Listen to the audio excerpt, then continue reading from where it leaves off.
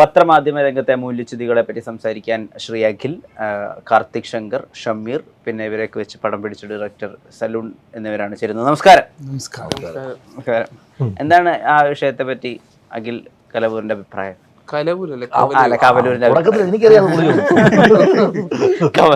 കവലൂരിന്റെ അഭിപ്രായം അല്ല, അതിനെപ്പറ്റി മറ്റേതാണ് ഗഹനമായി അതൊരു വലിയ വിഷയമാണ്. ചർച്ച ചെയ്യാൻ വേണ്ടി ഒരുപാട് സമയമെടുക്കും. മേലെക്കൂടെ പറഞ്ഞാൽ സൈഡുകാരൻ പിടിക്കുകയാണെന്നുണ്ടെങ്കിൽ എന്താണ് അങ്ങനെ വലിയ മൂല്യച്യുതിയൊന്നുമില്ല.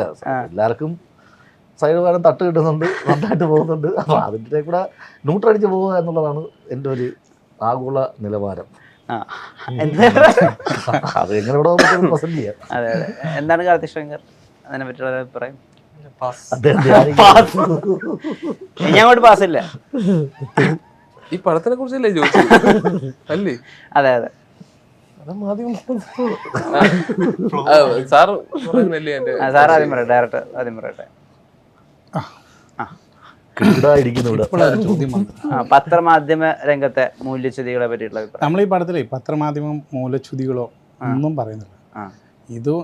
ഇതിനെ പത്രം അല്ലെങ്കിൽ മാധ്യമങ്ങൾ വെച്ച് ചില ആളുകൾ നടത്തുന്ന അവർക്ക് ജീവിക്കാൻ വേണ്ടി നടത്തുന്ന ചെറിയ ചെറിയ കുസൃതി തരങ്ങൾ ഈ സിനിമയിലൂടെ കാണിക്കുക. അത് അവരുടെ ജീവിതത്തെ ബാധിക്കുന്ന, അവരുടെ ജീവിതത്തെ നിലനിർത്തിക്കൊണ്ട് പോകാൻ വേണ്ടിയിട്ടുള്ള കുറച്ച് കാര്യങ്ങൾ വളരെ രസകരമായ രീതിയിൽ നമ്മൾ അവതരിപ്പിച്ചിരിക്കുന്നു. ഭയങ്കര ധർമ്മങ്ങളോ മറ്റു കാര്യങ്ങളോ ഒന്നും നമ്മളിതിൽ കാണിക്കുന്നുമില്ല. അങ്ങനത്തെ ഒരു വിഷയത്തെക്കുറിച്ച് ഞങ്ങൾ ചർച്ച ചെയ്യുന്നേയില്ല. രഞ്ജി പണിക്കറുള്ള ഒക്കെ ഉള്ള കാരണം പത്രം പ്രതീക്ഷിച്ചു പോകുന്ന ആളുകൾ അങ്ങനെ പ്രതീക്ഷിക്കണ്ട. രഞ്ജി പണിക്കർ സാറിന്റെ ക്യാരക്ടർ നിങ്ങൾ ഇതുവരെ ഇതുവരെ കാണാത്തൊരു രഞ്ജി പണിക്കർ സാറിനെ നിങ്ങൾക്ക് ഈ പടത്തിലൂടെ കാണാൻ പറ്റും. ഡെഫിനറ്റ്ലി കാണാൻ പറ്റും. അഖിലേട്ടനെ കഴിച്ചു വിട്ടിരിക്കുകയാണോ? അഖിലേട്ടനെ അഴിഞ്ഞടിയിരിക്കുക. ശരിക്കും അയ്യോ രസകരമാണ് ചെയ്തിട്ടുണ്ട്. എനിക്ക് അല്ല, അഖിലേട്ടനും ഷമീർ, നന്ദുചേട്ടൻ, ജോമോൻ, ഈ 3-4 പേരുടെ എന്ന് പറഞ്ഞാൽ ത്രൂ ഔട്ട് ഇത് സിനിമയുടെ ആദ്യം മുതൽ എൻഡ് വരേക്കും ക്ലൈമാക്സ് വരേക്കും ഇവർ ഉണ്ട്. ഈ 3 പേർ എനിക്ക് തോന്നുന്നത് എൻ്റെ ആർട്ടിസ്റ്റ് സെലക്ഷനിൽ ഈ 4 പേര് ഏറ്റവും പ്രധാനപ്പെട്ടായിരുന്നു. അതെനിക്ക് ഏറ്റവും ആപ്റ്റായ ആൾക്കാരാണ് കിട്ടിയത്. കാർത്തിക് ശങ്കർ ഇതിനകത്ത് മോട്ടിവേഷൻ കൊടുക്കുന്നുണ്ട് ആർക്കെങ്കിലും? കാർത്തിക് ശങ്കർ അത് പറയുകയാണെങ്കിൽ ഈ പടത്തിന്റെ ആരംഭവും എൻഡും ആ ക്യാരക്ടറിലൂടെ പോകുന്നു. ഫസ്റ്റ് കാർത്തിക് ശങ്കറിനെ കൊന്ന് ക്ലൈമാക്സ് അന്വേഷിച്ച് കണ്ടുപിടിക്കണോ? ഇല്ല, ഞങ്ങൾ ഇതിനകത്ത് കാർത്തിക് ശങ്കറിനെ കൊല്ലുന്നില്ല. കൊല്ലാതെ കൊല്ലുക.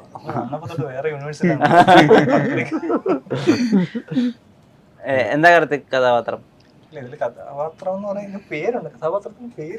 പേരില്ല, പേരില്ല.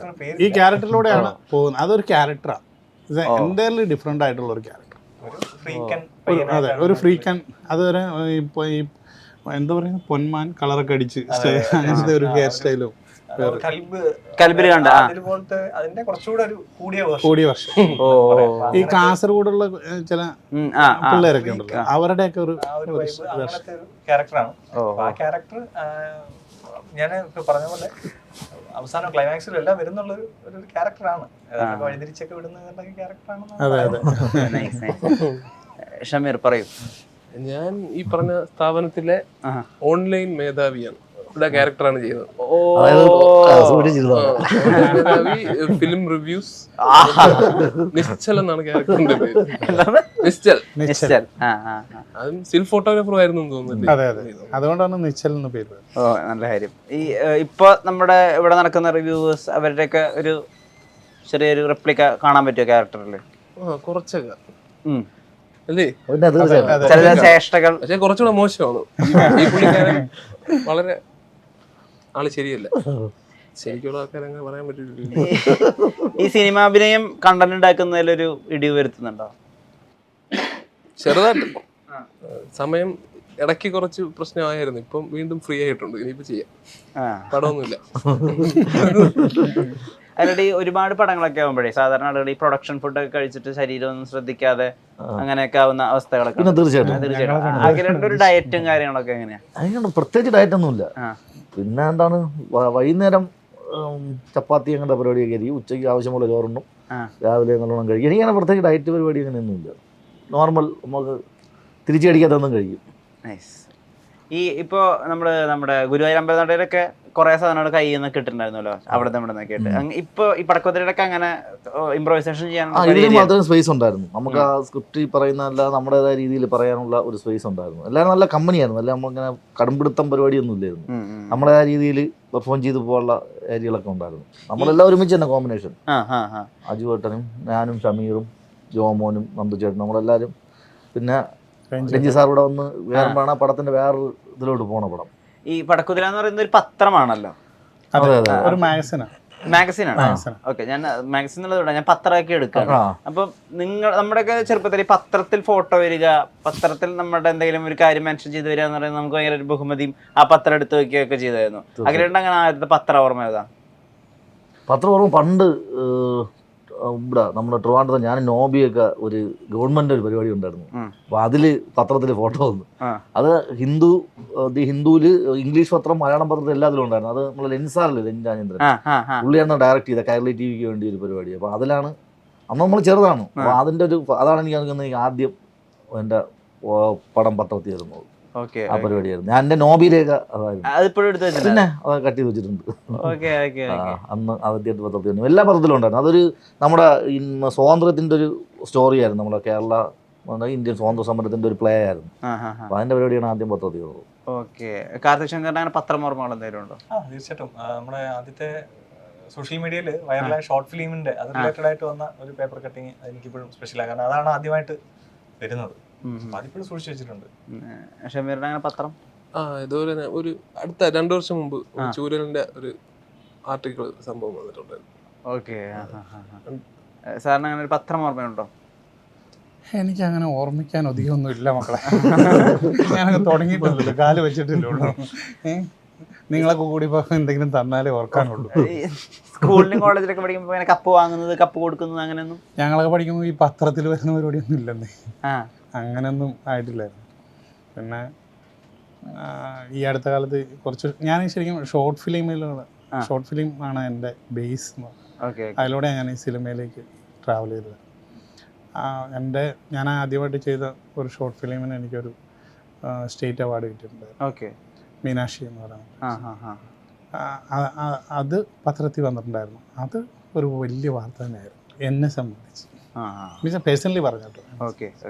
എനിക്ക് ഇപ്പൊ ഇദ്ദേഹം വന്നിങ്ങനെ കഥയൊക്കെ പറഞ്ഞ സമയത്തേ സെറ്റിലേക്ക് വന്നിട്ട് അവിടെ ഇവരൊക്കെ ഭയങ്കര ഫ്രണ്ട്സ് ആണല്ലോ, അതുകൊണ്ട് സീൻ കുറെ കൂടി നന്നായി അങ്ങനത്തെ സന്ദർഭമാണ്. തീർച്ചയായിട്ടും. ഷമീർ എൻ്റെ തൊട്ടടുത്താണ്, നമ്മൾ ഒരു നാട്ടുകാരാണ്. പിന്നെ ജോമോനെ അറിയാം, ജോമോൻ നമ്മുടെ നാട്ടുകാരനാണ്. അപ്പൊ നമുക്ക് ആ ഒരു വൈബ് ഓക്കെ ആയിരുന്നു. പിന്നെ അജുവിനെ എനിക്ക് മുമ്പേ അറിയാം. പിന്നെ നന്ദു ചേട്ടനും നമ്മുടെ ഏകദേശം തിരുവനന്തപുരം വൈബായതുകൊണ്ട് നമുക്ക് അത് ഓക്കെയാണ്, ഏകദേശം എല്ലാം ഓക്കെ ആയിരുന്നു. പിന്നെ രഞ്ജി സാർ വരുമ്പോഴാണ് നമുക്കൊരു പേടി. പക്ഷേ പുള്ളി ഭയങ്കര കൂളായിരുന്നു കേട്ടോ. സെറ്റിലൊക്കെ ഭയങ്കര തമാശയും പരിപാടിയും കാര്യങ്ങളൊക്കെ ആയിട്ട് ഭയങ്കര കംഫർട്ടായിരുന്നു പുള്ളിയോട് വർക്ക് ചെയ്യാനൊക്കെ. അടിപൊളിയായിരുന്നു മൊത്തത്തിൽ. പിന്നെ വലിയൊരു ഭീകര ടൈറ്റ് സെറ്റൊന്നും അല്ലായിരുന്നു. എല്ലാം കൂളായിരുന്നു എല്ലാവരും. അങ്ങനെ പടപട ചെയ്യണം അങ്ങനെ അങ്ങനെയൊന്നും ഇല്ലായിരുന്നു. ഒരു നല്ല രസമായിരുന്നു. ഷമീറൊക്കെ കോമഡിയാണ് നമ്മുടെ സെറ്റിൽ. അതെ, ശരിക്കും പറഞ്ഞാൽ ഞങ്ങളുടെ സെറ്റിൽ ക്രൂസ് എല്ലാവരും ഈ ലഞ്ച് ടൈമിലും ബ്രേക്ക് ടൈമിലും ഒക്കെ ഡാൻസും പാട്ടും അല്ലെങ്കിൽ റീൽസ് ഒക്കെ ആയിരുന്നു. അതിനിടയ്ക്കൂടെ അങ്ങനെ പോകുന്നായിരുന്നു. ഞങ്ങളും അതിൻ്റെ കൂടെ വളരെ എൻജോയ് ചെയ്ത് ഒരു ഭയങ്കര ടഫായിട്ടുള്ള രീതിയിലല്ല. എനിക്ക് തോന്നുന്നത് ഞാൻ എനിക്ക് പറയാനുള്ളതെന്ന് വെച്ചാൽ ഈ പാക്കപ്പ് ഡേ അത് മറക്കാൻ പറ്റാത്തൊരു ദിവസമായിരുന്നു. എൻ്റെ ക്രൂ ഓരോരുത്തരും എന്താ പറയുക, ഇപ്പോൾ ലൈറ്റിൽ വർക്ക് ചെയ്തവരായാലും ശരി, ക്യാമറയുടെ പിന്നിൽ വർക്ക് ചെയ്താലും, ഇപ്പോൾ പ്രൊഡക്ഷനിൽ വർക്ക് ചെയ്താലും, അല്ലെങ്കിൽ ആർട്ടിൽ വർക്ക് ചെയ്തവരും ഒക്കെ എനിക്ക് ആ എൻഡിൽ ഞങ്ങൾ പോകുമ്പോൾ ആ പിരിഞ്ഞു പോകാനുള്ള ഒരു വിഷമം, അത് എല്ലാവരുടെയും കണ്ണുകളിൽ ആ കണ്ണ് ഒരു സെക്കൻഡ് ഒന്ന് നനഞ്ഞിട്ടുണ്ടായിരുന്നു. അതായിരുന്നു ഇപ്പോൾ ഞങ്ങളെ പ്രൊഡ്യൂസർ ചോദിച്ചാൽ പോലും അറിയാൻ പറ്റും. അത്ര ഹാപ്പി ആയിട്ടാണ് ഞങ്ങൾ ആ സെറ്റ് ഭയങ്കര പെട്ടെന്ന് എൻ്റെ എന്നോട് പേഴ്സണലി വന്നിട്ട് ഒരു സാധാരണ ഡയറക്ടേഴ്സ് അങ്ങനെ പറയുന്നു. പക്ഷേ അവർ പറഞ്ഞൊരു കാര്യമുണ്ട്, ഞങ്ങൾക്ക് ഇവിടുന്ന് പോകാൻ പറ്റാത്തൊരു ഫീൽ ഉണ്ടായിരുന്നു എന്ന് പറഞ്ഞൊരു സംഭവം. എനിക്ക് അത് പറയാതിരിക്കാൻ പറ്റില്ല. അത് അങ്ങനെയായിരുന്നു ഞങ്ങളുടെ സെറ്റ് പോയി. ഇവന് രഞ്ജേട്ടൻ വന്നപ്പോൾ ഞങ്ങൾക്ക് എല്ലാവർക്കും ഒരു ടെൻഷനും ഭയമായിരുന്നു. പക്ഷേ ഞങ്ങളെക്കാളും കൂടുതൽ ഞങ്ങളോട് ആ സെറ്റിനെ അങ്ങോട്ട് വേറൊരു ലെവലിലേക്ക് ആക്കി കളഞ്ഞു സാർ. അഖിലേട്ടൻ അങ്ങനെ പേഴ്സണലി ഭയങ്കര അറ്റാച്ച്മെന്റ് തോന്നിയ സെറ്റ് ഇത്ര കാലം ഇപ്പം അമ്മണി പിള്ളേരുടെ ദിവസം, അതായത് തെക്കൻ തള്ളി ദിവസം തൊട്ടിട്ട് ഇപ്പൊ പടക്കുതിര വരാനായിരുന്നു, അതിൽ ഏറ്റവും പടക്കുതിര അല്ലാതെ ഏത് സെറ്റ് ഏറ്റവും അധികം പാക്കപ്പ്? നമുക്ക് എല്ലാ സെറ്റും പാക്കപ്പ് പോകുമ്പോഴത്തേക്ക് ഒരു വിഷമം തന്നെയാണ്. കാരണം നമ്മൾ ഒരു കുറച്ച് ദിവസം അധികം ഉണ്ടെന്നുണ്ടെങ്കിൽ നമ്മൾ കൂടെ ഒരുമിച്ച് വണ്ടി ട്രാവൽ ചെയ്യുന്നത്, കൂടെ അഭിനയിക്കുന്നവർ, അപ്പോൾ എല്ലാവരും നമുക്കൊരു എന്തായാലും ഒരു ചെറിയൊരു ഇമോഷണൽ കണക്ട് എന്തായാലും കാണുമല്ലോ എല്ലാവരുമായിട്ട്. ഇതും അതേപോലെ തന്നെയായിരുന്നു. ഞാനും ജോമോനും ഷമീറും ഒരു ഹോട്ടലിൽ നമ്മൾ അടുത്തടുത്ത റൂമിലായിരുന്നു. ഇവരെപ്പോഴും ഒന്ന് എൻ്റെ റൂമിലെ കാണും. എൻ്റെ റൂമിൽ AC കൂടുതലെടുത്തോണ്ട് അവന്മാർ വരൂല. എന്താ അസുഖമുണ്ട് എൻ്റെ റൂം കാശ്മീരിലാണ് പറയുന്നത്. കാലം നമുക്ക് റൂമിൽ തറയിൽ ചവിട്ടാൻ പറ്റില്ല, പുള്ളിയുടെ ഇങ്ങനെ വലിച്ചു പോകും. അപ്പൊ അതുകൊണ്ട് ഭയങ്കര AC ഭയങ്കര ഇഷ്ടം. നമുക്ക് ഇടനാഴി കൂടെ പോകുമ്പോ പുള്ളിയുടെ റൂമത്ത് മാറി അതിന്റെ അടിയിൽ നിന്ന് ഇങ്ങനെ തണുപ്പ് വരും. ഇവരോട് വരൂല. അങ്ങനെ അത് എല്ലായിടത്തും അങ്ങനെ. എൻ്റെ റൂമിൽ എല്ലാവരും കാശ്മീരിലാണ് പറഞ്ഞത്. അപ്പം നമ്മൾ മൂന്നും അടുത്തടുത്താണ്. അപ്പോൾ രാവിലെ ഷമീർ ഉറക്കണീറ്റ് എൻ്റെ റൂമിൽ തട്ടി നമ്മൾ ജോമോനും ആയിട്ട് ഒരുമിച്ചാണ് ഒറ്റ കാറിലാണ് നമ്മൾ യാത്ര ചെയ്യുന്നത് ഈ 30 ദിവസവും. ഭയങ്കര പോവാൻ നേരത്തും അതൊക്കെ ഉണ്ട്. പിന്നെ നമ്മളെ മുമ്പേ കമ്പനി ആയതുകൊണ്ട് ജലദോഷം ഒന്നും വരില്ല ഇപ്പൊ 16 ഇങ്ങനെ കിടന്നാൽ? എന്തിന് ഇത് കിട്ടാതെ കിട്ടണ സാധനമില്ല. അതുകൊണ്ട് അങ്ങനത്തെ പ്രശ്നമൊന്നുമില്ല. അങ്ങനെ എനിക്ക് തണുപ്പ് ഭയങ്കര ഇഷ്ടമാണ്. ചൂട് എനിക്ക് ഭയങ്കര ഇതാണ്. ഈ പെട്ടെന്ന് നമുക്ക് ഇതാവും. തണുപ്പ് എത്രയായാലും കുഴപ്പമില്ല. ഇപ്പം തന്നെ ഇതിനു മുമ്പ് ഇപ്പം ഷീറ്റ് മൂടി തലവണ വെച്ച് കിടക്കരുത്. അപ്പോൾ ഞാൻ ഉടുപ്പൂരി ഇട്ടിരിക്കാനാണ് നോക്കിയിരിക്കുന്നത്. എനിക്കത് ഭയങ്കര വിഷയമില്ല. നിങ്ങൾ മറ്റേ ഹോട്ടലിൽ പോകുമ്പോൾ ഇപ്പോൾ ഈ അവിടെ തന്നെ തരുന്ന മറ്റേ ബ്രഷ്, പേസ്റ്റ്, ഷാമ്പൂ ഒക്കെ അടിച്ചു മാറ്റി കൊണ്ടുവന്നുണ്ടോ? അത് പിഷാരടി പറഞ്ഞ കഥയാണ്. അങ്ങനെയൊന്നുമില്ല. അത് നമ്മൾ ചിലപ്പോൾ നമ്മുടെ ഈ ബാഗ് നമ്മളെ ചെറിയ ഇത് കാണുമല്ലോ, സോപ്പൊക്കെ, അതിനകത്ത് ചിലപ്പോൾ ഒരെണ്ണം കാണും. കാരണം നമ്മുടെ കോംപ്ലിമെന്ററി കാണുമല്ല. അത് ചിലപ്പോൾ ഒരെണ്ണം ഇട്ടേക്കും. നമ്മൾ എവിടെ യാത്ര ചെയ്യാൻ പോകുമ്പോഴത്തേക്ക് ചിലപ്പോൾ പെട്ടെന്നൊരു യൂസ് വന്നാൽ ഇട്ടേക്കും. പിന്നെ എടുക്കും. തീർച്ചയായിട്ടും. ഈ ഗോളം, ഗൽബ്, അപ്പൊ ആ 2 പടങ്ങളും പോസ്റ്റ് റിലീസ് ഭയങ്കരമായിട്ട് ചർച്ച ചെയ്യപ്പെട്ടു. നിങ്ങളുടെ ആ സിനിമ മൊത്തത്തിലും ചർച്ച ചെയ്യുമ്പോൾ കാർത്തികനെയും കൂടെയാണല്ലോ അതിൽ മെൻഷൻ ആവുന്നത്. അതിനുശേഷം ഓഫേഴ്സ് ഒരുപാട് വന്നു തുടങ്ങിയിട്ടുണ്ടോ നടൻ എന്നുള്ള രീതിയിൽ? അത്യാവശ്യം കുഴപ്പമില്ലാതെ വന്നിട്ടുണ്ട്. ഈ ഗൽബ് പോസ്റ്റ് റിലീസ് ഇത്രയും അഭിപ്രായം വരുന്നത് നിങ്ങൾ പ്രതീക്ഷിച്ചിരുന്നോ? പോസ്റ്റ് റിലീസ് തീർച്ചയായിട്ടും പ്രതീക്ഷിച്ചിരുന്നു. കാരണം അതിൽ പല റിവ്യൂവേഴ്സും പറഞ്ഞിട്ടുണ്ടായിരുന്നു ഇത് റിലീസ് കഴിഞ്ഞിട്ട് ഇനി OTT വരുമ്പോൾ ഇത് ഒരുപാട് ചർച്ച ചെയ്യാൻ സാധ്യതയുണ്ട് എന്നുള്ള രീതിയിൽ. അപ്പൊ അത് പ്രതീക്ഷിച്ചിരുന്നു. പക്ഷെ ഇപ്പോൾ ഉള്ള ഈ ഒരു അത്രയും പ്രതീക്ഷിച്ചിരുന്നില്ല. കാരണം ഇപ്പോൾ ഇൻസ്റ്റാഗ്രാം നമ്മളെടുത്ത് സ്ക്രോൾ ചെയ്യുമ്പോൾ തന്നെ എവിടെ നോക്കിയാലും കൽബെന്ന് ആ ഒരു വൈബ് പ്രതീക്ഷിച്ചില്ല. ചർച്ച ചെയ്യപ്പെടുമെന്ന് ഉണ്ടായിരുന്നു, ആളുകൾ ഇഷ്ടപ്പെടുമെന്നുള്ളത്. പിന്നെ എന്നാലും ഗോളമായാലും തിയേറ്ററിൽ നല്ല അഭിപ്രായം ഉണ്ടായിരുന്നു. അപ്പോൾ അത് OTT-യിലേക്ക് വന്നപ്പോൾ മറ്റു ഭാഷകളിൽ നിന്നൊക്കെ ഒരുപാട് ആളുകളൊക്കെ എനിക്ക് മെസ്സേജ് അയക്കുന്നുണ്ടായിരുന്നു. മറ്റു ഭാഷകളിലൊക്കെ കണ്ടിട്ട് ഞാനും കാണാറുണ്ടായിരുന്നു. തെലുങ്കിലും തമിഴിലും ഒക്കെ അതിനെ പറ്റിയിട്ട് ഇങ്ങനെയുള്ള റിവ്യൂസും കാര്യങ്ങളൊക്കെ. സോ ഈ പ്രേമല് കഴിഞ്ഞതിന് ശേഷം ഈ പുറത്തെ ഇൻഡസ്ട്രി ആരെങ്കിലും തിരിച്ചറിഞ്ഞിട്ട് നിങ്ങളല്ലേ ഇയാളെന്നൊക്കെ വെച്ച് മെസ്സേജ് അയക്കാറുണ്ടോ? എന്താ അഭിമാനം? രാജമൗലി വരെ കെങ്കേമ എന്ന് പറഞ്ഞ സിനിമ ആരും മെൻഷൻ ചെയ്തിട്ടില്ലേ? അവരെയൊക്കെ ചെയ്താണ്. നിങ്ങളാരും തിരിച്ചറിഞ്ഞിട്ടില്ല അപ്പൊ ഇതുവരെ? അല്ലല്ല, ഇവിടെ നമ്മളെ നാട്ടിൽ തിരിച്ചറിഞ്ഞിട്ടുണ്ട്. പുറത്തെ കാര്യമല്ലേ? തമിഴ്നാട്ടിൽ നിന്നോ തെലുങ്കിന്നോ അങ്ങനെ അവിടുന്ന് ആരും ഒരു ഇൻസ്റ്റാഗ്രാം മെസ്സേജ് ആയിട്ട് പോലും ഇല്ല? ഓ, അതൊരു അത്ഭുതമായിരിക്കും. പുറത്തൊന്നും ഒന്നുമില്ല. നമ്മളെ മലയാളികള് കഴിക്കുകയും കാണുമ്പോ പറയൊക്കെ ചെയ്യും. പുറത്തുനിന്ന് പെണ്ണെ നിർത്തിക്കോ നീ, ആ സാധനം ആരെങ്കിലും പറയാറുണ്ടോ? അത് പറയും. ആൾക്കാരെല്ലാം എന്നെ ഇപ്പം അത് വെച്ച് തന്നെ കൂടുതൽ ആൾക്കാരും തിരിച്ചറിയുന്നു. പറയാനൊക്കെ പറയും റോഡിൽ കൂടെ നടന്നു. അതെങ്ങനെ ആ ഡയലോഗ് ഒന്ന് പറയുമെന്ന് ചോദിക്കും. പെണ്ണെ നിർത്തിക്കും കല്യാണത്തിലൊക്കെ പോകുമ്പോ. മൈക്കിൽ കൂടെ അല്ല, നേരിട്ടും അങ്ങനെ സ്റ്റേജിലൊക്കെ പോയാലും പറയാറുണ്ട്. അത് വലിയൊരു ഭാഗ്യല്ലേ നമുക്ക് സ്വന്തം ഡയലോഗ് ഉണ്ടാവുന്ന. രസമുള്ള പരിപാടിയില്ല. പ്രേമലിന്റെ 2ാം ഭാഗം എന്താ അവസ്ഥ? അത് അറിഞ്ഞൂടാ കേട്ടാ. അത് ഉടനെ തുടങ്ങും തോന്നുന്നു. പക്ഷെ എന്റെ അടുത്ത് പറയില്ല, ഞാൻ ഇല്ലെന്ന് തോന്നുന്നു. ഞാൻ ഇല്ലാത്ത സന്തോഷത്തോടുകൂടി പറഞ്ഞ ഇവരൊന്നും പറഞ്ഞില്ല. അത് വേറൊരു സ്റ്റോറി, അല്ല വേറൊരു സ്ഥലത്താണ് സ്റ്റോറി നടക്കുന്നത്. അപ്പം അതാ ഞാൻ വരാൻ സാധ്യത കുറവാണെന്ന് ഞാൻ കണക്ക് കൂട്ടുന്നു. ഓക്കെ ഓക്കെ, നല്ല കാര്യം. നല്ല കാര്യം. നേരത്തെ ഇത്ര സന്തോഷത്തോടെ ഞാൻ ഇല്ല അത് ഉള്ളില് സങ്കടം വെച്ചിട്ടല്ലേ പറയുന്നത്. ഉള്ളി പറയാൻ നല്ല കാര്യം. ഈ ജൂഡാനിനെ കഥ പറയുമ്പോ ജൂഡാനിന്റെ അടുത്ത് കഥ പറയാൻ പോയൊരു കഥയുണ്ടല്ലോ, അതൊക്കെ എങ്ങനെ അറിയാം? അതൊക്കെ എനിക്കറിയാം. രണ്ട് ഇന്റർവ്യൂലല്ലേ പറഞ്ഞത്? ആണല്ലേ? പിന്നെ വീണ്ടും ചോദിക്കുന്നത് അല്ല, അതിനുശേഷം പിന്നെ ആരോടെങ്കിലും കഥ പറയാൻ പോയിട്ടുണ്ടോ? ഇപ്പൊ ഒരു നിലയും വിലയൊക്കെ ആയതിനു ശേഷം? ഇപ്പൊ ഒരെണ്ണം ഏതാണ്ട് ഓണായി വരുന്നുണ്ട്. ആ പറയാമോ തോന്നുന്നത്? പറയ്, മനസ്സ് തുറക്ക്. നമ്മളെ ഗിരീഷ് ചേട്ടന്റെ അസോസിയേറ്റ് ഷിബിൻ എന്ന് പറഞ്ഞിട്ടുണ്ട്. പുള്ളി ഒരു പടം ചെയ്യാൻ നമ്മളിപ്പോ അതിന്റെ സ്ക്രിപ്റ്റിന്റെ പണിയിലാണ്. Okay okay. അഖിലേട്ടൻ ഈ സ്റ്റേജിനൊക്കെ ഒരുപാട് സ്ക്രിപ്റ്റ് ചെയ്യുന്നതല്ലേ? അപ്പൊ സിനിമ മൊത്തത്തിലിരുന്ന് സ്ക്രിപ്റ്റ് ചെയ്യാൻ അങ്ങനെ വിചാരിച്ചിട്ടുണ്ടോ? വിചാരിച്ചിട്ടൊക്കെ ഉണ്ട്. 1-2 വൺലൈനൊക്കെ പരിപാടിയൊക്കെ പിടിച്ചിട്ട് 1-2 പേരൊക്കെ ചെയ്യാനും പറഞ്ഞിട്ടുണ്ട്. പക്ഷെ നമുക്ക് ഈ സ്റ്റേജ് ഷോയും ഈ TV ഷോയുടെ ഒക്കെ ഓട്ടത്തിനിടയിൽ നമുക്ക് ഇതിന് വേണ്ടി സമയം ഇതുവരെ കിട്ടിയിട്ടില്ല. അതാണ് എൻ്റെ ഏറ്റവും വലിയ വാസ്തവം. നമ്മുടെ അടുത്തൊക്കെ പറഞ്ഞിട്ടുണ്ട്. പരിപാടിയൊക്കെ ഏകദേശം വൺലൈനും പരിപാടിയൊക്കെ ഏകദേശമൊക്കെ ഈ റെഡിയാക്കി വെച്ചാണ്. പക്ഷെ നമുക്ക് സ്ക്രിപ്റ്റ് എഴുതാൻ വേണ്ടിയിട്ട് ഞാൻ ഇങ്ങനെ ഇതുവരെ ഇരുന്നിട്ടില്ല. പിന്നെ സീനൊക്കെ ഇടയ്ക്കിടയ്ക്ക് നോട്ട് ചെയ്തിട്ട് അങ്ങനെ പരിപാടികളൊക്കെ ഉണ്ട്. പക്ഷെ ഒരു എന്താണ് ഫുൾ ഇതിൽ ഇതുവരെ ഇരുന്നിട്ടില്ല ഒരു പടത്തിന് വേണ്ടി. കാർത്തികിന്റെ ഇപ്പൊ പൂർത്തിയായ എത്ര സ്ക്രിപ്റ്റുകളുണ്ട്? ഇഷ്ടം പോലെ. ഇഷ്ടം പോലെ. ഒരെണ്ണം പറയാൻ പറ്റുമോ? കുറച്ചുണ്ട്. പറഞ്ഞാൽ 2-ൽ കൂടുതൽ കുറച്ചാണല്ലോ. 2-ൽ കൂടുതൽ ഒരു 5 എണ്ണം വെച്ചു തൽക്കാലത്തേക്ക് 5 എണ്ണം. ഓക്കെ, ഇതൊരു ആവറേജ് സംഖ്യ. 5 എണ്ണം. ഇത് ഐ മീൻ ഇത് ഫുള്ളി റിട്ടൺ സ്ക്രിപ്റ്റ്സ് ആണോ പറയണേ? Bounded scripts. ഇത് മലയാളത്തിലെ എത്ര മുൻനിര നായകന്മാര് വായിച്ചിട്ടുണ്ടായിരിക്കും? അല്ല, പറ പേരുകളൊന്നും പറയണ്ട. ഇല്ല, അത് കുറച്ചുപേര് വായിച്ചിട്ടുണ്ട്. ഒരു 2-3 പേര് വായിച്ചിട്ടുണ്ട് വെച്ചു. 2-3 പേര് വായിച്ചിട്ടുണ്ട്. ഈ സ്വന്തം സംവിധായകനാവണം അങ്ങനത്തെ ഒരു ആഗ്രഹത്തോടെയാണല്ലോ ഇൻഡസ്ട്രിയിലേക്ക് വരുന്നതും ഷോർട്ട് ഫിലിംസ് ഉൾപ്പെടെ തുടങ്ങുന്നത്. അതിങ്ങനെ ഡിലേ ആവുന്നത് നടനൊക്കെ ആവുമ്പോ ഐ മീൻ നടനൊക്കെ ആയിട്ട് എടുക്കുമ്പോൾ അതിങ്ങനെ ഡിലേ ആവുന്നത് ബോധർ ചെയ്യാറുണ്ടോ? ഇല്ല, അങ്ങനെയല്ല. ഡയറക്ഷൻ പരിപാടി അങ്ങനെ പതുക്കെ അതിന്റെ ഒരു കറക്റ്റ് ട്രാക്കിൽ വന്നിട്ട് മതി എന്നുള്ളൊരു കൺസെപ്റ്റിൽ തന്നെയാണ് അതിന്റെ ഡിസ്കഷനൊക്കെ. അങ്ങനെ പൊതുവെ പെട്ടെന്ന് അതിന്റെ ഒരു പരിപാടി വേണ്ട, പതിയെ ഇപ്പൊ ഒരു സ്ക്രിപ്റ്റ് ആണെങ്കിൽ തന്നെയും സജഷൻസ് ഒക്കെ എടുത്ത് പതിയെ അതിന്റെ ഒരു പോളിഷിംഗ് ഒക്കെ ചെയ്ത് അങ്ങനെ മതി എന്നുള്ളൊരു കാഴ്ചപ്പാട് തന്നെയാണ്. അപ്പൊ ആ സമയത്ത് എനിക്കിവിടെ അഭിനയിക്കുകയും ചെയ്യാമല്ലോ. Okay okay okay. അതിലൂടെ ഇപ്പൊ ഈ പത്രങ്ങളുടെ ഒരു കുഴപ്പമായിട്ടൊക്കെ ആളുകൾ ഇങ്ങനെ ഒരു കുഴപ്പമില്ല. പത്രങ്ങളുടെ അധാർമികതയൊക്കെ ആയിട്ട് ആളുകൾ പറയണ എന്താ സംഭവം എന്ന് വെച്ചാൽ ഈ പൊടിപ്പും തൊങ്ങലൊക്കെ വെച്ച് വാർത്ത ഉണ്ടാക്കും എന്നൊക്കെയാണ്. അതായത് കുറച്ച് കൂട്ടും, അതല്ലേ മസാല എന്നൊക്കെ പറയുന്നത്.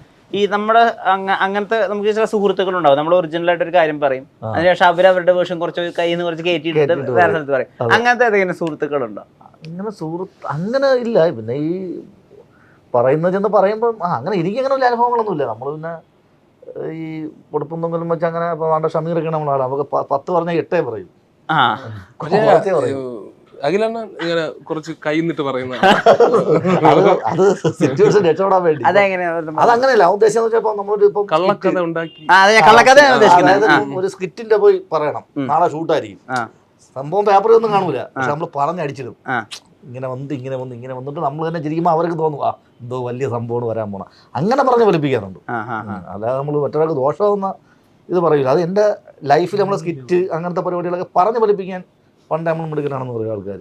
അങ്ങനെ രക്ഷപ്പെട്ട സന്ദർഭങ്ങളൊക്കെ പിന്നെ ഉള്ള നാളെ ഷൂട്ടായിരിക്കും, തലേ ദിവസം സ്കിറ്റ് നമ്മുടെ ഗ്രൂമർമാരും ഡയറക്ടർമാരും സ്കിറ്റ് എന്താണ് ചെയ്യാൻ പോണെന്ന് പറയാൻ പറയും. ഒന്നും കാണൂല. നാളെ നമ്മളെവിടെയും പരിപാടിയെ കഴിഞ്ഞിട്ട് കണ്ണും പൂത്തൊന്നും ഇരിക്കുകയായിരിക്കും. അപ്പോൾ പറയും അടുത്ത ചെയ്യാൻ പോണ സ്കിറ്റ് എന്ന് പറഞ്ഞാൽ അങ്ങനെ വന്നു ഇങ്ങനെ വന്നു പറഞ്ഞ് അടിച്ചങ്ങിടും. അപ്പോൾ ഇവരിത് കേൾക്കുമ്പോൾ മൊത്തത്തിൽ ഒരു ആനമയിൽ ഒട്ടകം കൊള്ളാം അപ്പോൾ കൊള്ളാൻ പറയും. പിന്നെ പിറ്റേന്ന് അവിടെ വന്ന് പിന്നെ വരെ നടത്തുന്നത് അത്രയുണ്ട്. അങ്ങനെ കഴിവുണ്ടോ? സ്വയം കള്ളക്കഥകൾ ഉണ്ടാക്കാൻ? കള്ളക്കഥ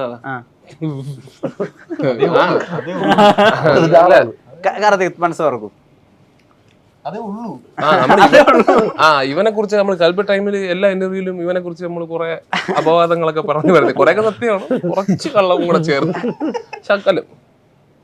പിന്നെ ഞാൻ ഈ മൂല്യച്യുതി എന്നുള്ളതൊക്കെ ആദ്യമായിട്ടാണ്, എനിക്ക് അതിന്റെ മനസ്സിൽ നിന്ന് പോണില്ല.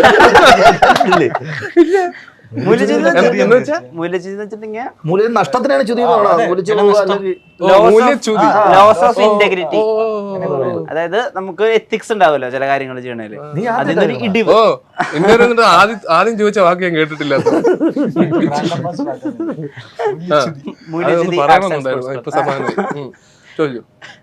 അല്ല അങ്ങനെ കള്ളക്കഥ ഉണ്ടാക്കുന്ന പിന്നെ ഈ എഴുത്തെന്നൊക്കെ പറയുന്നത് മൊത്തം കള്ളക്കഥ ഉണ്ടാക്കലാണല്ലോ. ആണല്ലോ. ഇല്ല, അതുമില്ല. അതിന്റെ ചെറിയൊരു ഉണ്ട്. കയ്യിൽ നിന്ന് കയറി ഇങ്ങനെ വായ്പ വഴി വരും. അത്രേ ഉള്ളൂ. കാർത്തികശങ്കറിനെ പറ്റി നിങ്ങൾ ഉള്ള കഥയാക്കി കള്ളക്കഥയാക്കി പ്രസന്റ് ചെയ്തത് എന്താ? എല്ലാം അതേ ഉള്ളൂ. ഇവൻ കള്ളക്കഥയേ ഉള്ളൂ. ദുർമന്ത്രവാദം ചെയ്യുന്നൊക്കെ നമ്മൾ പറഞ്ഞു വരുന്നത്. സീൻ കിട്ടാൻ വേണ്ടി ഇവൻ മറ്റേ ഇങ്ങനെ കാണിക്കുന്നൊക്കെ കുറച്ച് സത്യമുണ്ട്, പക്ഷെ ബാക്കി കുറച്ച് നമ്മള് അയ്യോ, ശരി മാറി മന്ത്രവാദത്തിലും ദുർമന്ത്രവാദത്തിലും വിശ്വാസമുണ്ടോ? അല്ല, ഞാൻ കുറച്ച് സ്പിരിച്വൽ ആണ്, അത്രയല്ല. അത്രേ ഉള്ളൂ. പരിപാടി ഉണ്ടോ? അല്ല, ചിലര് പറയും എഴുന്നേറ്റ് ബാക്കിൽ കോഴിത്തല കാണും. അപ്പൊ അതിനെ നമ്മൾ കുറച്ച് അല്ല, നെഗറ്റീവ് ആക്കി. ഞാൻ എല്ലാ ദിവസവും രാവിലെ മെഡിറ്റേഷൻ ചെയ്യാറുണ്ട്. അപ്പൊ ഇത് ചെയ്യുന്ന ഒരു ദിവസം ഞാൻ ഇച്ചിരി ലേറ്റ് ആയി പോയി. ഞാൻ ലൊക്കേഷനിൽ വന്നിരുന്നപ്പോ ഗ്യാപ്പ് കിട്ടിയപ്പോ ഞാൻ പോയി മെഡിറ്റേറ്റ് ചെയ്തു. എത്ര സമയം ഒരു ദിവസം? അത് കുറച്ച് സമയം, ഒരു 10-15 മിനിറ്റ് അങ്ങനെ അല്ല, ഇരുന്ന് ഏത് സമയം? രാവിലെ എന്ന് പറയുമ്പോ 10-10. അല്ലല്ല, രാവിലെ ഏർലി മോർണിംഗ് ചെയ്യാറുണ്ട്. അപ്പൊ 6 മണിക്ക് നമ്മൾ ഇറങ്ങണമല്ലോ. അപ്പൊ ആ ദിവസം ഇച്ചിരി ലേറ്റ് ആയി പോയി, തലേ ദിവസം ലേറ്റ് ആയതുകൊണ്ട് ലൊക്കേഷനിൽ വന്നിരുന്ന് ചെയ്യുന്നത് കണ്ടു. അന്ന് തൊട്ട് തുടങ്ങിയാണ് എനിക്ക് രാവിലെ എടുക്കാനൊന്നും സീനിൽ ഇവൻ ഇല്ല, ശരിക്കും ഇല്ലായിരുന്നു. ഇവൻ ഇത് വെച്ചിട്ട് വന്നു കഴിഞ്ഞപ്പോ ഇവൻ സീനിൽ കയറി. അങ്ങനെ നമ്മൾ പറഞ്ഞുണ്ടായി. പിന്നെ അങ്ങോട്ട് നമ്മൾ അങ്ങനെ ആക്കിയത്. ഇവ ഇങ്ങനെ ചെയ്ത് കഴിഞ്ഞാൽ കയറും ഇവൻ സീനില്. ഒന്നിങ്ങനെ ഇരുന്ന് ചെയ്ത് നോക്കട്ടെ.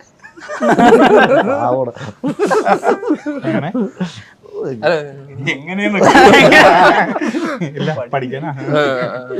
ഈ ഒരു സ്പിരിച്വൽ ജേർണിയിൽ അങ്ങനെ മെഡിറ്റേറ്റ് ചെയ്തിരിക്കുമ്പോ എന്താ ആലോചിക്കുക? ഒന്നും ആലോചിക്കാതിരിക്കണം, അതാണ് മെഡിറ്റേഷൻ. അല്ല, ഒരു പോയിന്റിലേക്ക് ചിന്തകൾ അങ്ങനെ ക്രോഡീകരിച്ചൊക്കെ കൊണ്ടുവരണ്ടേ? അപ്പൊ എങ്ങനെ അതൊന്ന് എക്സ്പ്ലെയിൻ ചെയ്ത് തന്നെ? അത് മെഡിറ്റേഷൻ. അത്യാവശ്യം ബാങ്ക് ബാലൻസും പണവും എല്ലാം ഉണ്ടെങ്കിൽ ഒറ്റ ചിന്തയിൽ പോകും. ഇതൊക്കെ ഉള്ളവർ പലയിടത്ത് ചിന്ത പോയി എത്ര മെഡിറ്റേഷൻ ചെയ്താലും ഈസി അടയ്ക്കാൻ EMI ഉണ്ടെങ്കിൽ പിന്നെ എങ്ങനെ ഇരിക്കും നമ്മൾ ഏകാഗ്രമായിട്ട് ആലോചിച്ചിരിക്കണം. അത്രയേ ഉള്ളൂ.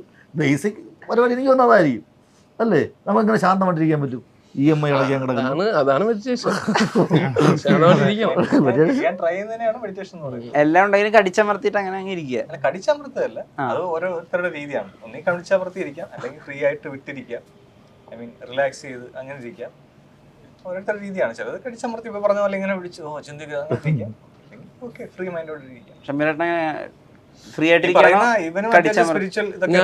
അപ്പൊ ഞാൻ മാത്രമാണ് നിങ്ങളൊന്നും മാറുകയാണല്ലേ? അല്ല, മെഡിറ്റേഷൻ ഒന്നുമില്ല. അല്ല, ഒരു ഇതുണ്ട്. അല്ലാതെ ഇതൊക്കെ ഉണ്ട്. എങ്ങനെയാ ഒന്ന് അയ്യോ, നമുക്ക് പടക്കുതിരെ കുറിച്ച് സംസാരിക്കാം.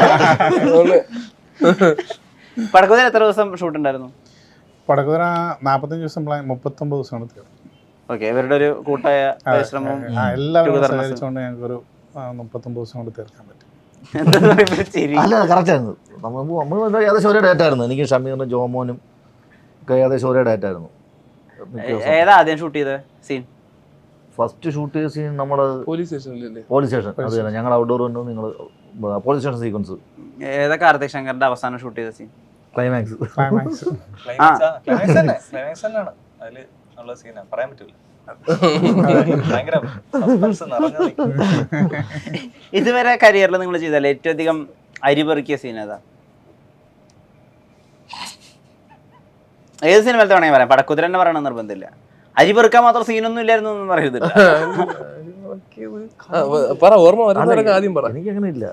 നമുക്ക് അതിനു വേണ്ടി നിങ്ങൾ ഡയലോഗൊന്നും കിട്ടിയിട്ടില്ലല്ലോ. കൽബിൽ ഒരു 8 സീൻ 8 സീനാ അരി പറയാ. അല്ല, ആകെ പടം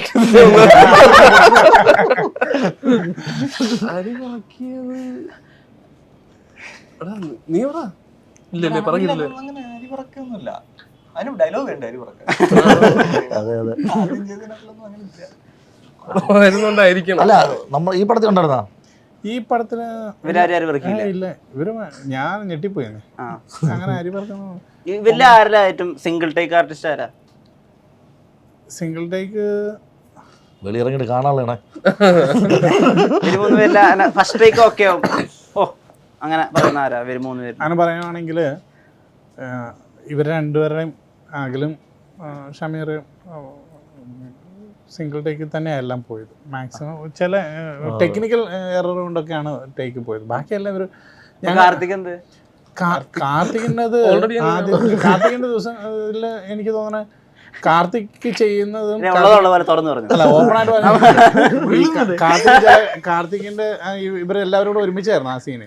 ആ സീൻ ചെയ്തോണ്ടിരിക്കുമ്പോൾ ഞങ്ങള് ബാക്കി നിന്ന് ചിരിച്ചിട്ടൊക്കെ റീടേക്ക് അല്ലെങ്കിൽ അതുമായിട്ട് ബന്ധപ്പെട്ട് ഞങ്ങളുടെ കയ്യിൽ പോയിട്ടുള്ളൂ. അങ്ങനെ പോയിട്ട് നമ്മളാരെ അങ്ങനെ ഞങ്ങൾക്ക് സംഭവിച്ചു. അങ്ങനെ ക്യാമറമാൻ പോലും അറിയാതെ ചിരിച്ചിട്ട് റീടേക്ക് എടുക്കേണ്ട സിറ്റുവേഷനാണ്. അങ്ങനെ ഇവരാ സാറൊരു കില്ലാടി ആശ്രയത്തിലൊക്കെ വന്ന് ട്രൈ ചെയ്തു ഇവിടെ. കാർത്തിക് അല്ല ഇവരെല്ലാരും ഉണ്ട് ആ സീനിൽ. ഇത്ര ഇതായിട്ടാണ്. ക്യാമറ കുലുങ്ങി പോയത്. ഇവരാരുടെ അഭിനയം കണ്ടിട്ട് കട്ട് പറയാൻ മറന്നുപോയി അങ്ങനെ തോന്നിയ അപ്പൊ അവരെ കണ്ടിട്ട് ആക്ഷനെ പറഞ്ഞില്ല. അങ്ങനെ സത്യനന്ദിക്കാർ സാറൊക്കെ പറയണില്ലേ ലാലേട്ടന്റെ അഭിനയം കണ്ട് ഞാൻ കട്ട് പറയാൻ മറന്നുപോയി എന്നൊക്കെ. അങ്ങനെ ഞാൻ ഈ കൂട്ടത്തിൽ പറയണെങ്കില് ഈ കൂട്ടത്തിൽ മാത്രം പറഞ്ഞാൽ മതി. മതി. ഇവരെ മൂന്ന് കൂടെ എടുത്ത് അവമാനിക്കുന്ന കേൾക്കുന്നതാണ് സുഖം. അങ്ങനെയാണെങ്കിൽ ഞാൻ അഖിലേട്ടന് പറയും. അഖിലേട്ടന്റെ ഒരു കുളിസീനുണ്ട് ഇതിനകത്ത്. പുറം തിരുമ്മിക്കൊണ്ട് കുളിക്കാൻ പോകുന്ന ഒരു സീനുണ്ട്. അപ്പൊ അതിലൊക്കെയാണ് ഇൻട്രസ്റ്റ്. അത് കട്ട് പറയാൻ മറന്നു എന്നല്ലേ? അത് കട്ട് പറയാൻ പറഞ്ഞു. അത് കട്ട് പറയുന്നില്ല, അതൊരു സ്റ്റൈലായിരുന്നു പോക്ക്. അത് കാണുമ്പോ നമുക്ക് മനസ്സിലാവും. അഴകായിരുന്നു. അങ്ങനത്തെ കുറെ നല്ല മുഹൂർത്തങ്ങൾ കുളിസീനൊക്കെ ഉള്ളതാ. വീട്ടില് ചേച്ചിയോടൊക്കെ പറഞ്ഞ ഏയ് അങ്ങനെയൊന്നുമില്ല.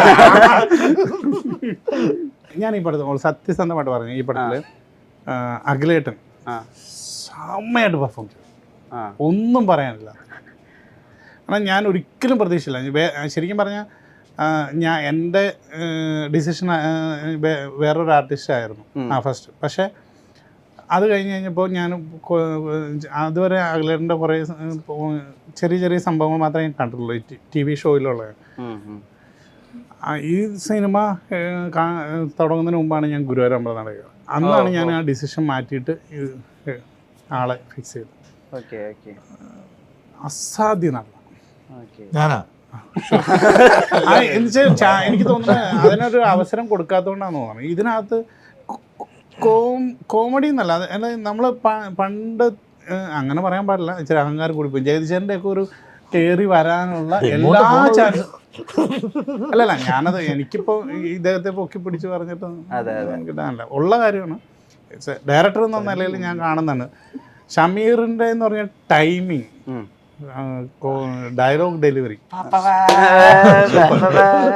അത് ചെറിയ ചെറിയ സാധനങ്ങളൊക്കെ ഇടുന്നുണ്ടല്ലോ. രഞ്ജേട്ടൻ ഒരു അടി കൊടുക്കുന്ന സീനൊക്കെ ഉണ്ട്, അന്നേരം ഇടുന്ന അത് ശരിക്കും അവിടത്തേക്കാളും കൂടുതൽ ഞാൻ അനുഭവിച്ചത് ഡബിങ്ങിൽ വന്നപ്പോൾ അത് വേറൊരു മോഡുലേഷനിൽ വന്നത് നന്നായിട്ടുണ്ടായിരുന്നു. കാർത്തികിനെ കുറിച്ച് എനിക്ക് പറയേണ്ട കാര്യമില്ല. അദ്ദേഹം കാർത്തിക് ഒരു നല്ല നടനല്ലേ, പിന്നെ എന്ത് പറയാനാ. നിങ്ങളൊരു നടനാവണമെങ്കിൽ അതാണ്. ഇല്ല, കാർത്തിക് ഒക്കെ എനിക്ക് തോന്നുന്നത് ഈ മലയാളം ഇവിടെയുള്ള ഡയറക്ടേഴ്സിനോട് എനിക്ക് തോന്നുന്നത് ഇവരെയൊക്കെ യൂസ് ചെയ്യേണ്ടത്. അത്രേ എനിക്ക് പറയാനുള്ളൂ. ചെയ്യിക്കണം. ചേട്ടനെ കുറിച്ച് ഇത്രയും പറഞ്ഞല്ലേ പ്ലീസ്. ഇനി നമ്മുടെ ആള് ഡയറക്ടറെ കൂളാണ് കേട്ടോ. കാമാൻഡ് കൊയറ്റ് മനുഷ്യനാണ്. വേറെ അയ്യോ പ്രഷർ അങ്ങനത്തെ ഒരു പരിപാടി. നമ്മൾ എന്തെങ്കിലും കറക്റ്റ് ചെയ്യണമെങ്കിൽ ചെവിയിലാണ് കേട്ടാ വിഷമൊന്നും അതെ ഇല്ല കുഴപ്പമില്ല പറഞ്ഞു ഒന്ന് ആൾക്കാർ പറഞ്ഞു. ക്യാമറമാനൊക്കെ ഇങ്ങനെ ചെവി കൊടുത്തോണ്ടിരിക്കണം കട്ട് പറയണ കേൾക്കാൻ വേണ്ടി. അത് കേൾക്കത്തില്ല.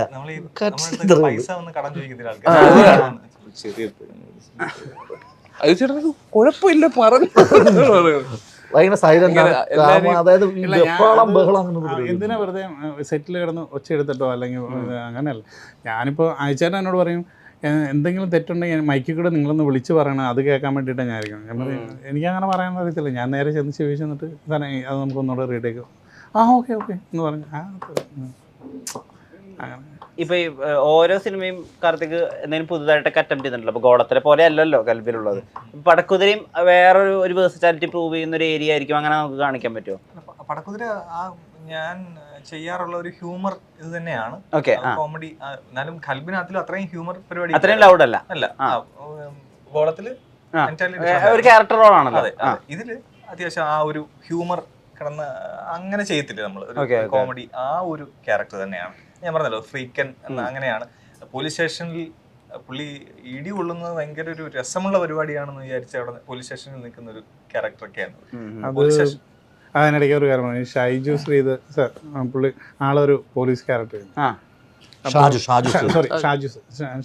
ഷാജുന് ഇങ്ങനെ കയറി വന്നിട്ട് വിളിക്കുമ്പോൾ നീ വന്നേന്ന് പറയുമ്പോൾ പുള്ളി എന്താ മോനെ ലാലേട്ടൻ നടക്കുന്ന പോലെ പറഞ്ഞിട്ട് പുള്ളിനെ ഒരു അത് ഇടി മേടിക്കാൻ വേണ്ടി തന്നെ ആ ഒരു രീതി വന്ന് നിൽക്കുന്നത് ഷാജനുള്ള പണിയായിരുന്നു അല്ലേ? കാർത്തിക്, മറ്റൊരു കാര്യം ചോദിക്കാനുള്ളത്, ഈ കണ്ടന്റ് ഒക്കെ ക്രിയേറ്റ് ചെയ്യുന്ന സമയത്ത് ഇപ്പൊ ഈ തേപ്പ് അല്ലെങ്കിൽ റിലേഷൻഷിപ്പ് ബേസ് ചെയ്തിട്ടുള്ള കോണ്ടന്റ് ഒക്കെ ഉണ്ടാക്കുമ്പോൾ അതിൻ്റെതായിട്ടുള്ള നെഗറ്റീവ് ആയിട്ടുള്ള വിമർശനങ്ങളും പലപ്പോഴും വരാറുണ്ട്. തീർച്ചയായിട്ടും ഇത് കാര്യമായിട്ട് എടുക്കാറുണ്ടോ അടുത്തൊരു കണ്ടന്റ് ക്രിയേറ്റ് ചെയ്യുമ്പോൾ? അങ്ങനെ ഫീൽ ചെയ്യുന്നത് ഇപ്പം ഈ ഗ്രീഷ്മ സംഭവമൊക്കെ ഉണ്ടായ സമയത്ത് അന്നൊരു കണ്ടന്റ് ക്രിയേറ്റ് ചെയ്തത് ആളുകൾ അത്ര നന്നായിട്ടല്ല റിസീവ് ചെയ്തത്. ഐ മീൻ അതിന് ഒരു ക്രിട്ടിക്കൽ വ്യൂവിങ് ഉണ്ടായിരുന്നു. അപ്പം അത് പിന്നെ വേറൊരു കണ്ടന്റ് ഉണ്ടാക്കുമ്പോൾ അങ്ങനെ ചെയ്യരുത് എന്നൊരു ഫിൽട്ടർ വരുമോ? ഇല്ല, ഈ തേപ്പ് അല്ലെങ്കിൽ ഈ റൊമാൻറ്റിക് അത്തരത്തിലുള്ള റിലേഷൻഷിപ്പ് കോമഡീസ്, റിലേഷൻഷിപ്പ് അങ്ങനത്തെ ഉള്ള സംഭവങ്ങൾ ചെയ്യുമ്പോൾ കാര്യം ഞാൻ തുടരെ ചെയ്യാറില്ല. അത് ഒന്നാമത്തെ തുടരെ ചെയ്യാറില്ല. ഞാൻ വല്ലപ്പോഴും 2 3 അങ്ങനെയൊക്കെ ചെയ്യുന്നത്. ഇത് അത്യാവശ്യം നല്ല രീതിയിൽ റീച്ചിലേക്ക് പോകും. ഇത് കാരണം ഒരുപാട് പേർക്ക് റിലേറ്റ് ചെയ്യാൻ പറ്റുന്നതുകൊണ്ട് തന്നെ ഒരുപാട് റീച്ചിലേക്ക് പോകും. അപ്പൊ ആളുകൾ നോക്കുമ്പോൾ അവരുടെ ഫീൽഡിൽ കൂടുതലും വരുന്ന ഇതാണ്. അപ്പൊ നമുക്ക് ഇതേ ഉള്ളൂ എന്നൊരു തോന്നൽ ആളുകൾക്ക് വരാറുണ്ട്. അപ്പൊ അത് വെച്ചിട്ട് ഇവന് ഇതേ ഉള്ളൂ, പ്രേമമേ ഉള്ളൂ, അല്ലെങ്കിൽ തേപ്പേ ഉള്ളൂ എന്നുള്ള കമന്റ്സും മെസ്സേജസും ഒക്കെ ചിലപ്പോൾ നമുക്കൊന്ന് മാറ്റി പിടിച്ചുകൂടെ. പക്ഷെ ഇപ്പുറത്ത് അല്ലാതെ നമ്മൾ ചിലപ്പം അല്ലാത്ത സംഭവങ്ങൾ ചെയ്യാറുണ്ട്. അപ്പോൾ ഇത് കുറച്ചുകൂടി ആളുകൾക്ക് റിലേറ്റ് ചെയ്യാൻ പറ്റുന്നതുകൊണ്ടായിരിക്കാം കുറച്ചുകൂടി ഇത് കിട്ടുന്നത്. പിന്നെ ഞാൻ എൻ്റെ വർക്കിൽ ആകെ ഞാൻ ആ ഒരു ഗ്രീഷ്മ സംഭവം മാത്രമേ ഉള്ളൂ നമ്മുടെ ഈ സാമൂഹിക പ്രതിബദ്ധത അതിൽ നിന്നും എടുത്തിട്ടുള്ളത്. പക്ഷെ ആ ഒരു എന്താ പറയുന്നത്, അതിലെ ഒരു ഹ്യൂമറായിട്ട് കിട്ടിയ, അതും നമ്മൾ ആ മരിച്ചുപോയ ആളെ വെച്ചിട്ട് അങ്ങനൊന്നും ഉദ്ദേശിച്ചല്ല, അതിലെ വേറൊരു സൈഡാണ് നമ്മൾ എടുത്തത്. പക്ഷെ അത് ചിലർക്ക് അതൊരു ഇതായിട്ട് തോന്നി. പക്ഷെ അതിലെ ആ ഉദ്ദേശിച്ച ഹ്യൂമർ മാത്രമാണ് ഒരുപാട് പേര് കണ്ടത്. അതിൽ എനിക്ക് നെഗറ്റീവ് മെസ്സേജോ കമന്റോ അങ്ങനെയുള്ളതൊന്നുമില്ല. പിന്നെ 1-2 ഈ യൂട്യൂബേഴ്സ്, ചില റിവ്യൂ ടീംസ് ഒക്കെയാണ് അതിനെപ്പറ്റി ക്രിട്ടിസൈസ് ചെയ്തൊക്കെ ഇട്ടിട്ടുള്ളത്. അതൊക്കെ നമ്മൾ ജെന്യൂൻ ആയിട്ടുള്ളത് നമ്മൾ അടുത്ത വർക്കുകളിലൊക്കെ അത് ചെയ്യാറുണ്ട്. ഇപ്പൊ ഈ പറഞ്ഞ പോലെ ഇപ്പൊ ഒരുപാടെണ്ണം കണ്ടിന്യൂസ് ആയിട്ട് ഈ റൊമാൻറ്റിക് ആണല്ലോ വരുന്നത് എന്നൊക്കെ പറയുമ്പോൾ നമ്മളത് ഒന്നുകൂടെ ഇനി കുറച്ച് നാളത്തേക്ക് അത് വേണ്ട എന്നുള്ള രീതിയിലൊക്കെ നമ്മൾ ചിന്തിക്കാറുണ്ട്. അത് ചെയ്യേ വേണ്ട അങ്ങനെയുള്ള പാറ്റേൺ അങ്ങനെയൊക്കെ ഫിൽട്ടർ ചെയ്ത് ചെയ്യാറുണ്ട്. ഓക്കെ. ഇപ്പൊ അഭിനയിക്കുന്നു, എഴുതുന്നുണ്ട്, ഡയറക്റ്റ് ചെയ്യും, മ്യൂസിക്കിനെ പറ്റി അത്യാവശ്യം ധാരണയുണ്ട്, RRR ചെയ്യുന്നുണ്ട്. അപ്പൊ ഈ സന്ദീപ് റെഡ്ഡി വാങ്കൊക്കെ ചെയ്യുന്നുണ്ടല്ലോ, അദ്ദേഹം ആണല്ലോ സന്ദീപ് റെഡ്ഡി വാങ്ക, അതായത് അനിമൽ. അപ്പൊ അദ്ദേഹം ആണല്ലോ ഒരുവിധപ്പെട്ട എല്ലാ ഡിപ്പാർട്ട്മെന്റുകളും ഹാൻഡിൽ ചെയ്യുന്നത്. പുറത്തൊക്കെ അങ്ങനത്തെ ഡയറക്ടേഴ്സ് ഉണ്ട്. ഐ മീൻ ഇപ്പം നമ്മുടെ എന്താ ലവ് ടുഡേ ഒക്കെ ചെയ്ത പ്രദീപ് ഒക്കെ, അവരാണല്ലോ ഒരുവിധപ്പെട്ട എല്ലാ ഡിപ്പാർട്ട്മെന്റും ചെയ്യുന്നത്. കാർത്തികിന് അങ്ങനെ ഇപ്പോൾ ഒരു പ്രൊഡ്യൂസർ ബാക്കപ്പ് ചെയ്ത് വന്നാൽ സ്വന്തമായിട്ടൊരു ഫിലിം തന്നെ ഉണ്ടാക്കാനുള്ള സജ്ജീകരണം ഉണ്ടോ? തീർച്ചയായിട്ടും. ഞാൻ ഷോർട്ട് ഫിലിം ചെയ്ത് വന്ന കാലം തൊട്ടേ നമുക്ക് അതിന്റെ ഒരു സെറ്റപ്പും കാര്യങ്ങളും എല്ലാം ഉണ്ട്. പിന്നെ ഞാൻ ബൈ പ്രൊഫഷൻ ഞാൻ സൗണ്ട് എഞ്ചിനീയർ. സൗണ്ട് എഞ്ചിനീയറിംഗ് ആണ് പഠിച്ചത്. സൗണ്ട് എഞ്ചിനീയർ ആണ് ആയിരുന്നു ഞാൻ വർക്ക് ചെയ്തിരുന്നത്. ആ സമയത്ത് ഞാൻ കീബോർഡ് പ്രോഗ്രാമിംഗ് ചെയ്യുമായിരുന്നു, ബാക്ക്ഗ്രൗണ്ട് സ്കോർ ഒക്കെ നമ്മൾ ചെയ്യുമായിരുന്നു, മ്യൂസിക്കും ഓർക്കസ്ട്രേഷനും എല്ലാം ഞാൻ ചെയ്യുമായിരുന്നു. അപ്പോൾ അതങ്ങനെ പിന്നെ എഡിറ്റ് ചെയ്യും, വീഡിയോ എഡിറ്ററുമാണ്. നമ്മുടെ വർക്കുകളെല്ലാം ഞാൻ തന്നെ എഡിറ്റ് ചെയ്തിട്ടുള്ളത്. ഞാൻ മൂവിയിലൊക്കെ അസിസ്റ്റ് ചെയ്തിട്ടും ഒക്കെ അപ്പം അങ്ങനെ ചെയ്തിട്ടുണ്ട്. പിന്നെ ഡയറക്ഷൻ അസിസ്റ്റന്റ് ആയിരുന്നു, രാജസേൻ സാറിന്റെ അസിസ്റ്റന്റ് ആയിരുന്നു ഞാൻ. അപ്പം അങ്ങനെയാണ് നമ്മൾ വന്നത്. അപ്പം എല്ലാ അത്യാവശ്യം ഒരു വർക്കിന്റെ പോസ്റ്റ് പ്രൊഡക്ഷൻ ഇപ്പോഴാണ് എനിക്ക് തോന്നുന്നു ഒട്ടുമിക്ക ആൾക്കാർക്കും അങ്ങനെ ഒരു സെറ്റപ്പ് ഉണ്ടെന്ന്. ഞാൻ സ്റ്റാർട്ട് ചെയ്യുന്ന സമയത്ത് ഒരു പോസ്റ്റ് പ്രൊഡക്ഷൻ ഫുൾ ആയിട്ട് നമുക്ക് ചെയ്യത്തക്ക രീതിയിൽ തന്നെ എല്ലാം ഇപ്പോഴും ഉണ്ട്. ഷമീറിന്റെ അങ്ങനത്തെ ഒരു അവസ്ഥയുണ്ട്? അപ്പോൾ എഴുത്ത് മാത്രമാണോ അതോ ഒരു കംപ്ലീറ്റ് ഒരു പ്രൊജക്റ്റിനെ ബാക്ക് ചെയ്യാൻ പറ്റുമോ? ഡയറക്ഷൻ താല്പര്യമുണ്ട്, ഭാവിയിൽ ചെയ്യാൻ പ്ലാൻ ഉണ്ട്. പിന്നെ മ്യൂസിക് കമ്പോസ് ചെയ്യണം പറഞ്ഞൂടെ നമുക്ക്. താല്പര്യമുണ്ട്. എഡിറ്റിങ്ങിനെ പറ്റി എഡിറ്റിംഗ് എനിക്ക് ഇഷ്ടമുള്ള പരിപാടിയാണ്. വേണമെങ്കിൽ ചെയ്യാൻ പറ്റുമെന്ന് തോന്നുന്നു. നന്നായിട്ട് പാടും. ശരിക്കും നോക്കിയാൽ മതിയല്ലോ.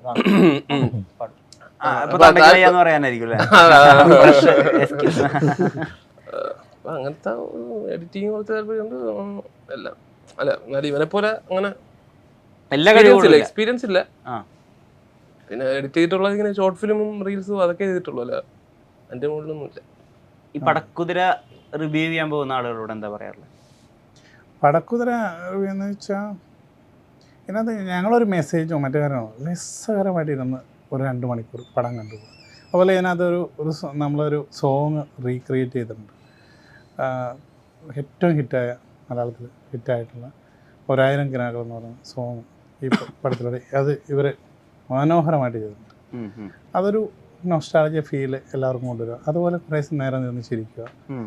അത് ഒരു 10 മിനിറ്റ് ചെറിയ ട്വിസ്റ്റിലൂടെ ചെറിയൊരു എന്താ പറയുക ടെൻഷനിലൂടെ കൊണ്ടുവന്ന് ചിരിപ്പിച്ച് അവസാനിപ്പിക്കുന്ന ഒരു പടം.